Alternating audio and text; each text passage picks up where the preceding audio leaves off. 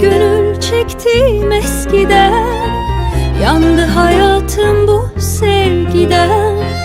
Anladım ki bir aşka bedel, gençliğimmiş elimden gider. Önünde ben geldim de dize, yar olmadı bu kimse bize. En nihayet düşüp can verdim gözündeki yeşil denize. Sarmadımsa da belden, geçmedim bu emelden.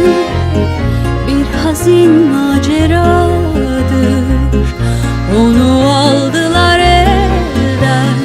Başkasına yar oldu, eller bahtiyar oldu.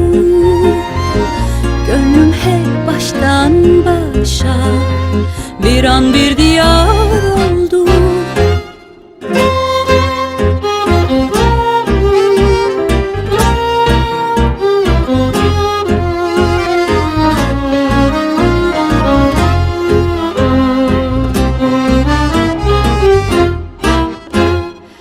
Mazi kalbimde bir yaradır, bahtım saçlarımdan karadır.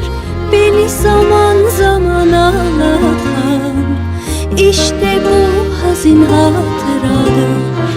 Ne göğsünde uyuttu beni, ne buseyle avuttu beni.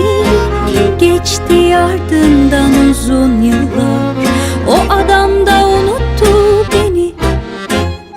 Sarmadımsa da belden, geçmedim bu emelden.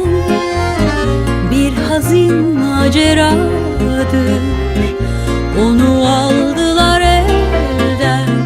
Başkasına yar oldu, eller bahtiyar oldu.